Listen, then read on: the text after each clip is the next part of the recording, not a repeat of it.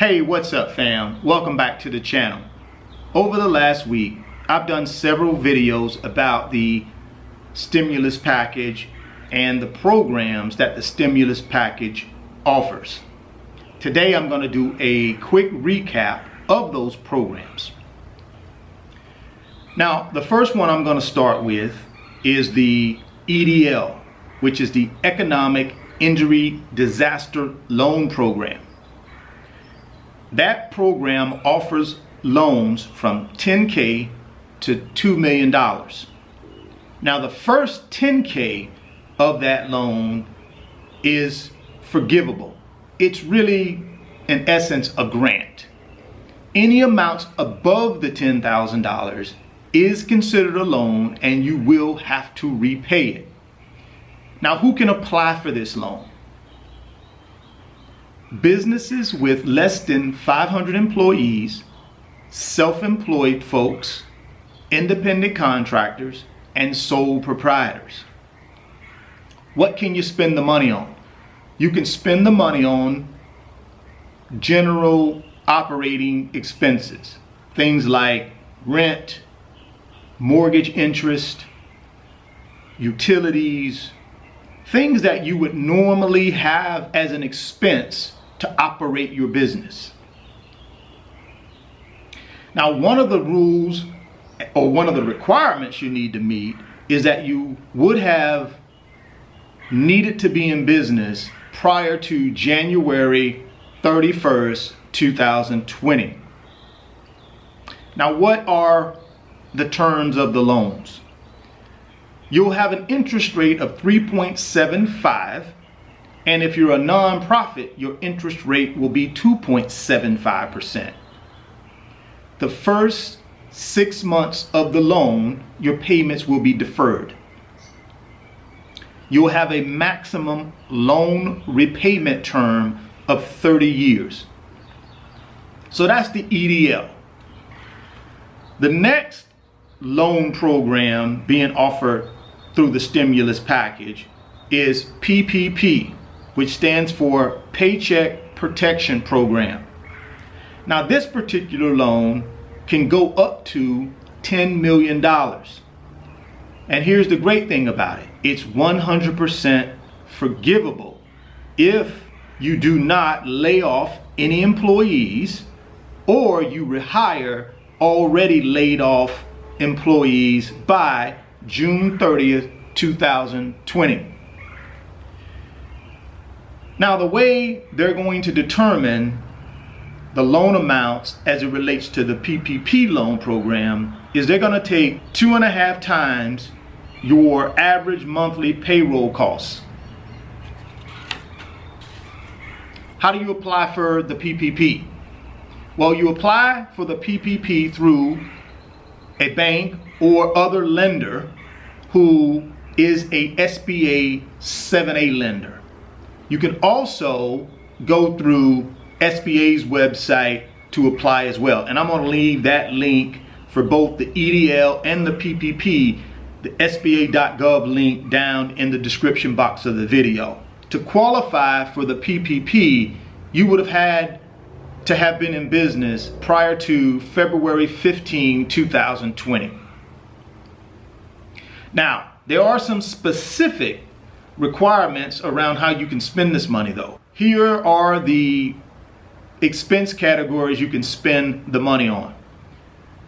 The main one is covering payroll, utilities, rent, interest on mortgage payments. The big one being the majority of that money should be spent on covering payroll. The payments for the first 6 months will be deferred as well, just like in the EDL loan. And your interest rate can be as low as 1% with a maximum repayment term of 2 years. See, the whole purpose of the PPP is to be able for you to keep your current employees or rehire employees that you've had to let go because of the pandemic. And that's the whole purpose. If you do that and you use the money for the required expenses, then it's 100% forgivable. Now let me touch on a little bit about the mortgage payment relief options. Now, through all my research, I found two. First one is going to be for 1 to 4 properties or residences. That can be your primary residence, or it could be a rental property, up to 4 units. And you get up to 180 days of payment relief in the form of what they call a mortgage payment forbearance.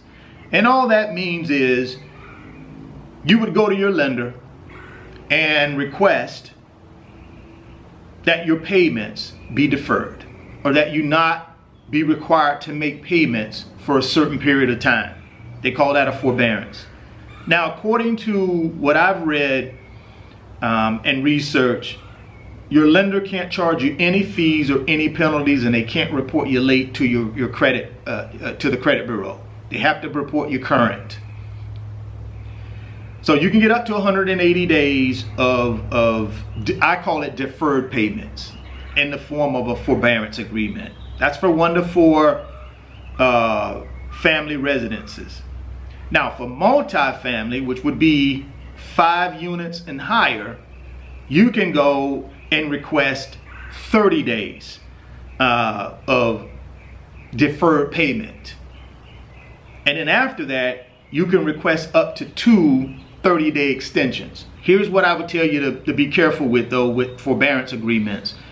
You need to make sure you understand up front what the repayment requirements are going to be on the forbearance. Let me give you a quick example. Say on your 1 to 4 family dwelling, you go get 180 days deferred payments. So that's 6 months worth of payments that you get deferred. What you got to be careful with is when it's time, when that forbearance expires and the very next payment you make, you may have to pay the prior 6 payments plus the current payment all in full. So you have to be careful, and you have to make sure when you're talking with your lender, they send you in writing what your repayment of that 6 month worth of payments is going to be. Your best option would be, in my opinion, is have them send you in writing that they will take those 6 months worth of payments and put them on the back of the loan. So that way, when the 6 months is up, if things are back to normal, you're employed, you're working, you can just make that next payment. And then those 6 payments that you missed, it'll be on the back of the loan that you can pay for through normal amortization or when you sell the property. The second best option would be have them structure it where they will take those 6 payments and break them up.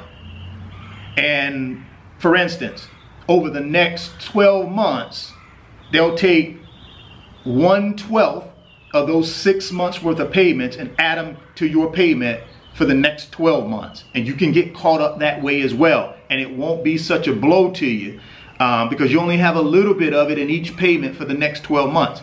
They may do that. See if you can get them to do that in writing. The worst case scenario for you is if after that 6 months is up, that very next payment, they make you pay the current payment plus the 6 prior payments. They make you pay it all in once.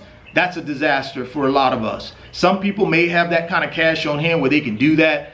Most of us won't have that. So that's what I wanted to do today, guys, is just to give you a quick recap on the EDL loan program, the PPP loan program, and then talk a little bit about the mortgage payment relief options.